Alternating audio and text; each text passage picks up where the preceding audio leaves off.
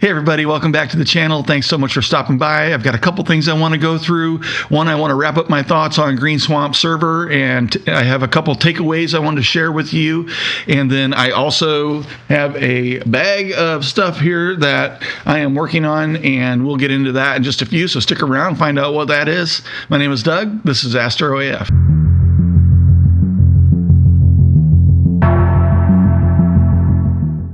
All right, down here on the computer. So we'll get into a look at Green Swamp Server here first, and a couple things that I learned in my process of setting up and running with it. I've had a couple sessions now. I'm still working on guiding, and we'll take a look at some guide logs that I have, and I'll discuss my thoughts on those.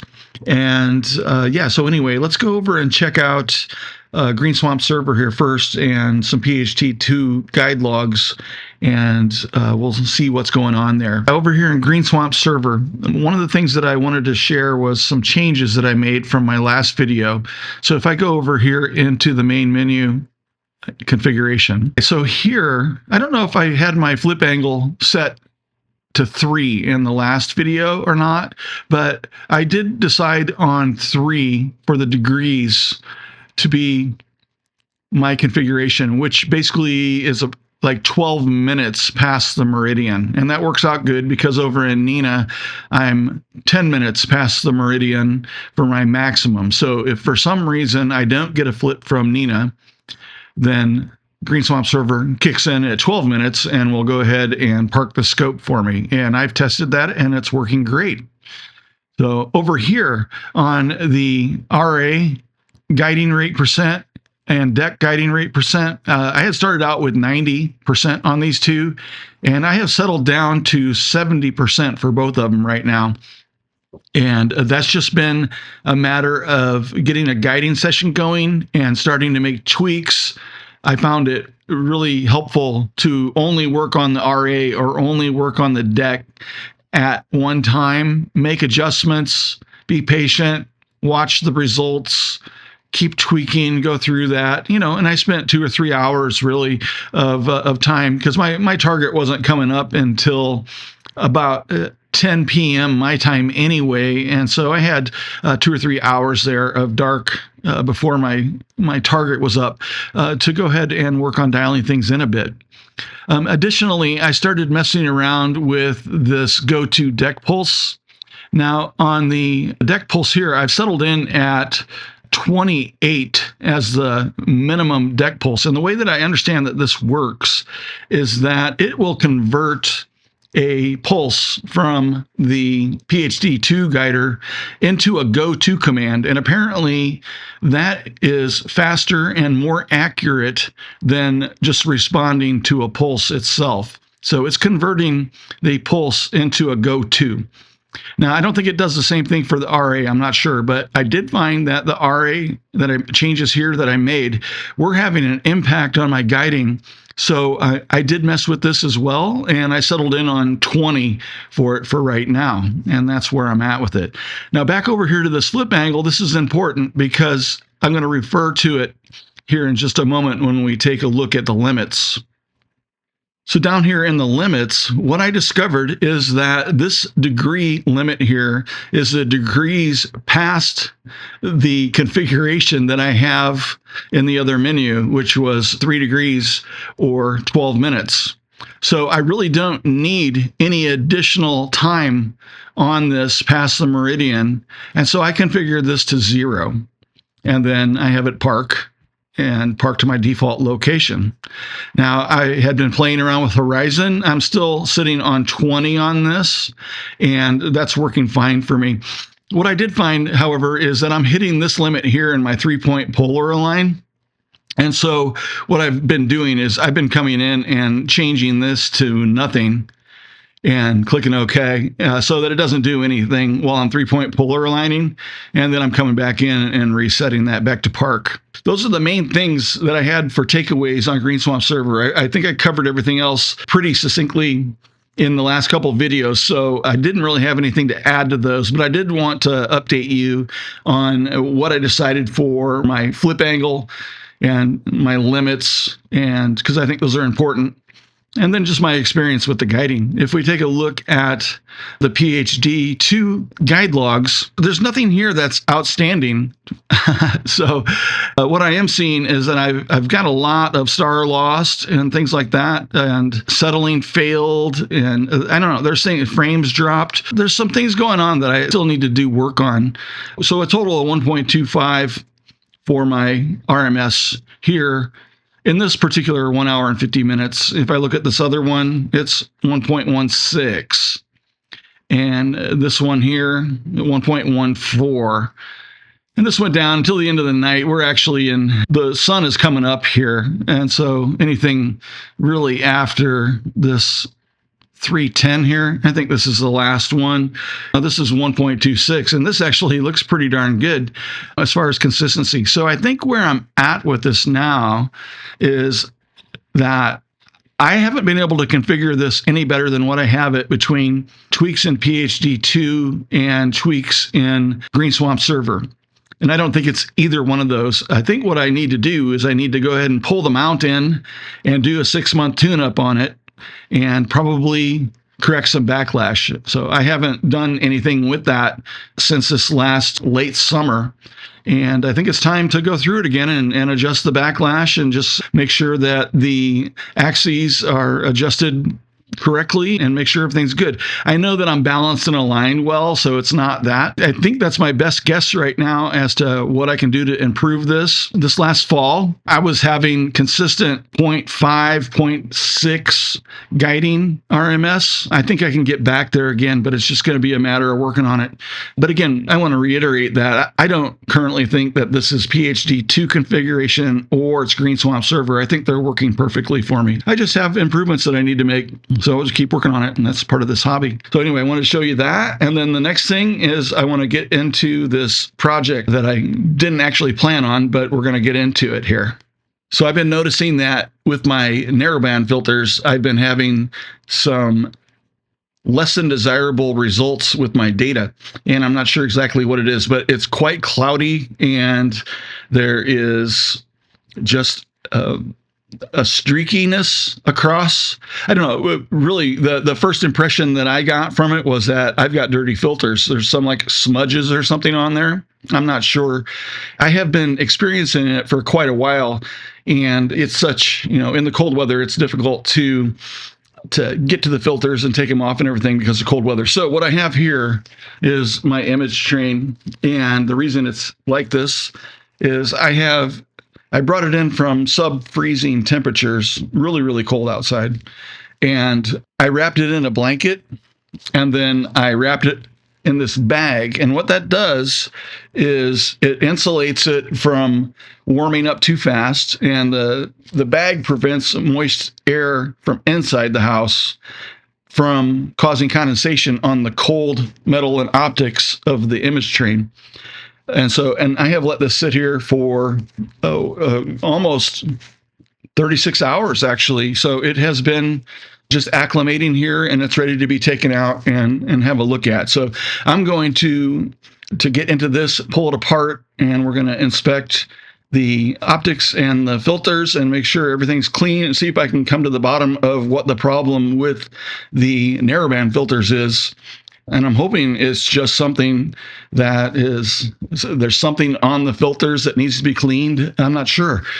Last time that I had this apart wasn't too long ago, maybe like December or something like that. I think I mentioned it in a previous video that, it was going outside for the winter. I just got done doing the cleaning. I did everything really well and was really careful with everything. And then I like to get it out there and leave it out so that it doesn't have to go through this temperature change and acclimation and everything. Because when I take it back out, I'm going to have to wrap it back up again, set it outside in the cold before I put it on the telescope, wrapped up, and then let it come down to temperature out there. And then I'll put it back on the scope. So it's a pain, but I think it's the right way to do it, and it helps protect the optics from condensation, frozen on them, and fogging over, and everything that can happen with big temperature changes. I mean, the metal changes shape, and the optics change shape. So there's all kinds of different things. So I want to do that and let it acclimate as slow as possible, go in both directions. So anyway, we're going to pull this apart and take a look at things. I'll get another camera angle here and we can look down and see what I'm doing, and I'll get started on that. So let's check it out. So I kind of want to save this because it's going to go back in when I'm done and then go back and sit outside again, like I had mentioned, and acclimate to the colder temperatures. It's currently at room temperature now of inside, so I can safely open everything up and work on it here. So I'll just leave this on the towel for right now, and we'll see how this goes. So to make my life easier, one of the things that I like to do is mark where this came off the scope at. And so what I currently have is a Sharpie line on some tape here and also here, and then also here. And then I gave myself a reference to where my camera is here. So when I'm done, I can take this apart and get this line back up again. And I did the same thing here where this is going to screw onto the back of the scope, and I've got a index line there to make sure I get this lined up. And that will help me out a lot in putting this back on and being close to alignment. So it's not going to be perfect, but it should save me some time out in the cold when I go to put this back on the scope and then get aligned, because I'm currently in the middle of a project and I'm going to have to get back on target again and get aligned and everything. And maybe that's a video in and of itself, if it's not too cold out, on getting realigned and rotated on a project you're working on or a project that you had worked on in the past. This is basically what I'm going to have to go through. So what I'm going to do is I'm going to go ahead and start taking this apart. I'm going to take the camera off, and I'm going to take the filter wheel off, and then I'm going to cover up the camera. I'm going to work on the filter wheel first because I think that's where the problem is. I do have one dust mote that came in somewhere along the line, which is probably on the camera sensor. And so I'm going to take a look at that, and I'm going to get my cleaning kit, and we're going to get this cleaned up. So anyway, I'm going to add some additional tape and some index marks just to make sure that I kind of get back into alignment when I reassemble everything. Doesn't have to be exact, but just for a place for reference to make life a little easier later. And then I can just make an index line on both pieces of tape. As long as my tape doesn't fall off, then I've got a index that lets me know. See, I want to do probably this side as well. And again, it doesn't have to be perfect, but getting all these different components lined back up again, this just can make life a little easier. Again, it's not going to be perfect, but it's going to get me close. So I've got my camera aligned to the electronic filter wheel. I've got my filter wheel aligned to my OAG, and I've got my OAG aligned to the reducer here. And then the reducer's got an alignment back to the scope.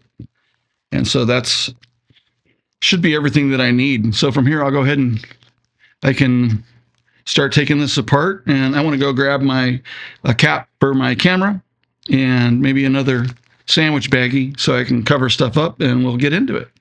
All right, I'm going to start with removing the camera. All right, got a cap on the camera. I'll set it aside, and then I want to remove the OAG, and I can probably leave the rest of this stuff together. We will see. All right. All right, so I can set that aside, and we'll have a look at this. I'm going to have to grab a screwdriver, so I'll do that in just a moment. This will be a good time to inspect the belt as well. And I put my tape over my center here, so we will push that back. and just tear that, get it out of the way. There we go. Okay, if you haven't seen this before, this is the Astroasis Oasis filter wheel. This is a 7 by 2 inch model, and it has been fantastic. And again, Astroasis stands behind everything. They have the best support, and I really just absolutely love that company. And the gear has just been super dependable. Highly recommend this. I'll put a link down in the description where you can find this particular model, and they've got a 2 inch, and they've got different filter sizes and so forth as well. So this basically is kind of like a shell, and it has 10 screws in it. So we'll go ahead and remove those, and it'll be impossible for me to keep my hands out of the way during this.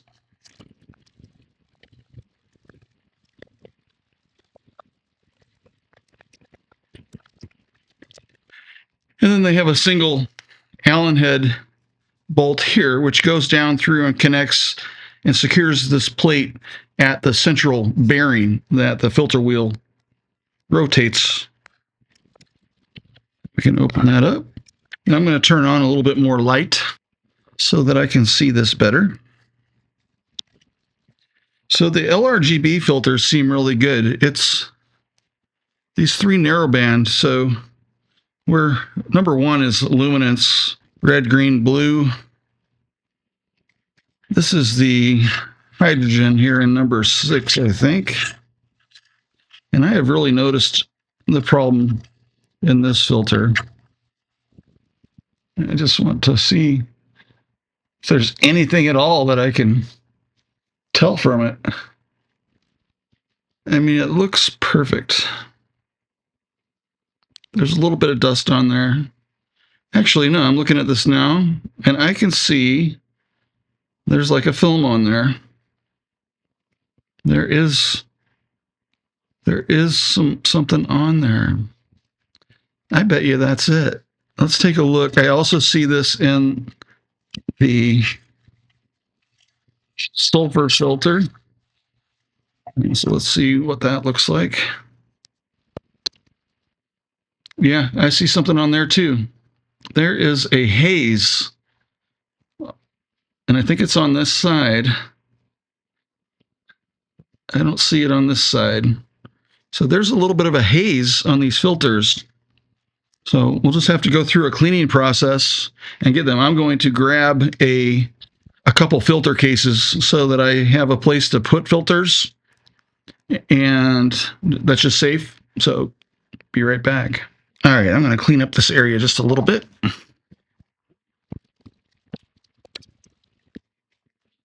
So I'm kind of a pack rat, and I've had this case for like 6 months. And I didn't know what I was going to do with it, but I was like, hey, that's a nice case. I might use that. So, I can't tell you how many little things like this I've got laying around. Anyway, it's going to be perfect right now for putting filters into. I'm going to grab some gloves here, and we're going to work on these one at a time. Make sure everything's clean. We'll put it in this case. This might be better without this towel here. All right, there, got some more room. Make sure everything's on camera. Cleaning kit. And some pec pads. I've got a video it wasn't too long ago, I did a cleaning and talked about all of my cleaning rig here and stuff. I'll link to that up above.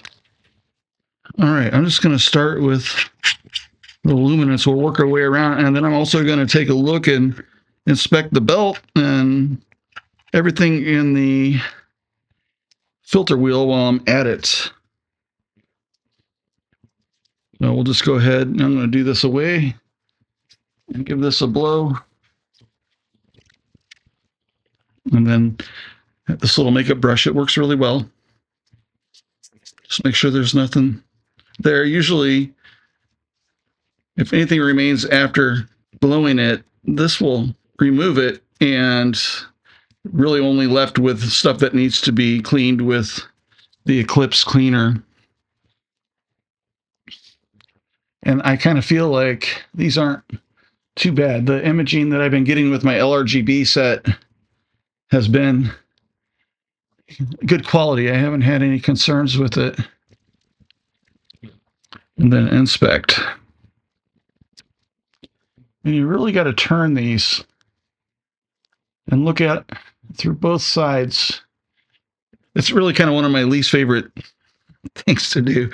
All right, that's clean. I'm going to put it in here. And I cleaned this case before I started. All right, so let's go ahead and do the same thing. I'm just going to move through these and do the same thing on each one of them.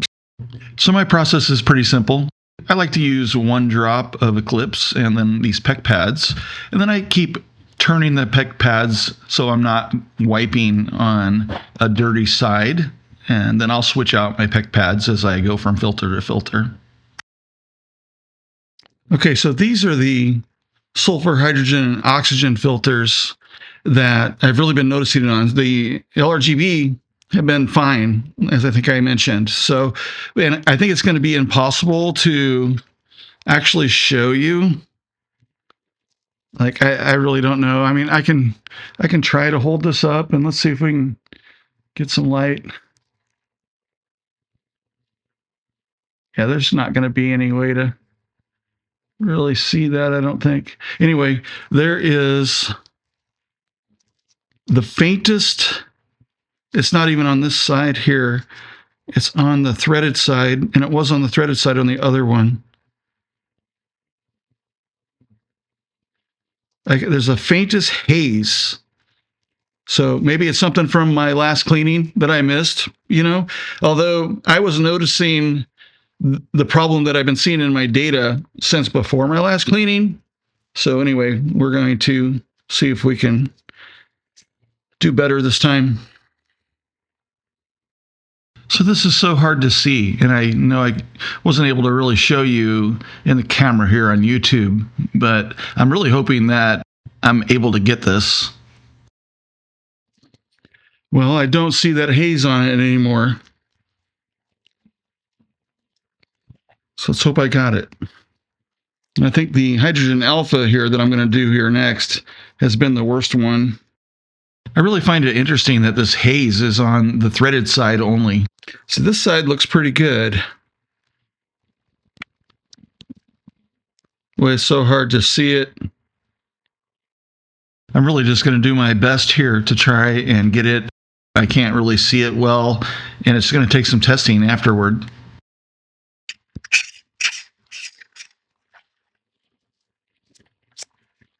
All right, those all look pretty clean, as clean as I can get them. And I'm sure they're going to get more contaminated in between here and getting back in. So I'll just have to be careful. I'm going to go ahead and clean the inside of this. And we'll just have a little inspection of the belt and stuff. This has stayed pretty clean in here, so no real accumulated dust or anything. Just give it a wipe down. The inside of this filter wheel is really clean. It really is a closed system. It's really pretty clean in there. Nothing to speak of. It's going to be dirtier on the outside for sure. Clean out the other side of that shell. So this is the part where I got to get everything as clean as possible. I got to clean my hands. I need to make sure that we're pretty much dust free, and as hard as I try, it's still going to be contaminated. But I'll carefully get these installed one at a time, as carefully as I can, and try and do it as clean as possible.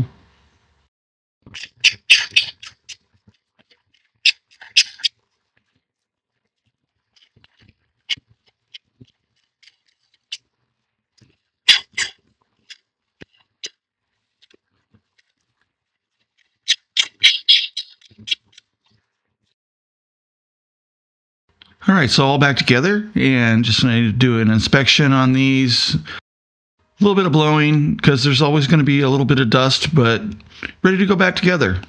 covering this up with a little bit of plastic there because the one filter is exposed, and go ahead and get the screws back in and move on. I'll go ahead and get the reducer cleaned. One thing about the reducer, if you have dust motes on these, they'll be really large, about the size of a quarter, compared to real small ones that are closer on the filters. And just because I got it apart, I want to get the OAG cleaned up, and I'll clean up the guide camera here too. So this 120mm, sometimes I think it's my weak link in my guiding, but it's a pretty decent camera, and it does the job. So this parfocal ring that I have on here is awesome. It clamps on to my focus position in the OAG, and then I can just slide it back in, and it'll be right back in the same focus position as it was when I took it out. It is just crazy, really cheap. I'll leave a link down in the description. All right, finally on the home stretch here, I'd go ahead and get the OAG reassembled, clamp back onto the filter wheel, and put the reducer back on. Those are all just the OAG brackets. Now I just want to clean the sensor on my camera and make sure it's good to go. This is the last thing that needs to be done. Ready to go. So that is so tedious, and I don't know.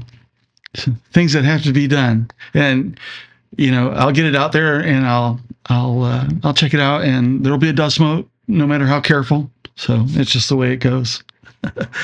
All right, always glad to have that done. So thanks for sticking around and hanging out with me in my cleaning party here. And I know I sped through a lot of that, but didn't want to take up a ton of your time. But if you have any questions or anything about the cleaning process or acclimation or anything like that, or you want to just talk about stuff, leave me a comment down in the description, or hit me up over on my Discord. Links down in the description for that as well. I'm going to take this turkey. It kind of looks like a turkey, doesn't it? And I'm going to put it out on the back porch outside tonight, and I'm going to let that acclimate all night long, all day tomorrow, and it should be ready to put back on the scope tomorrow evening, although looks like our weather's going to be utter crap for the next 2 or 3 nights, so it probably won't matter. But anyway, I'll be ready for the next clear night, and hopefully, if I get a chance, I probably will put it on and run some flats and see if I've got any, dust motes that are bad enough for me to want to pull this back off and work on it some more. But I think it looked like it's pretty darn clean, but you never know until you start taking some images and getting some calibration frames. Anyway, hey, thank you again very much. My name is Doug. This is Astro AF, and you have a really good night. Clear skies.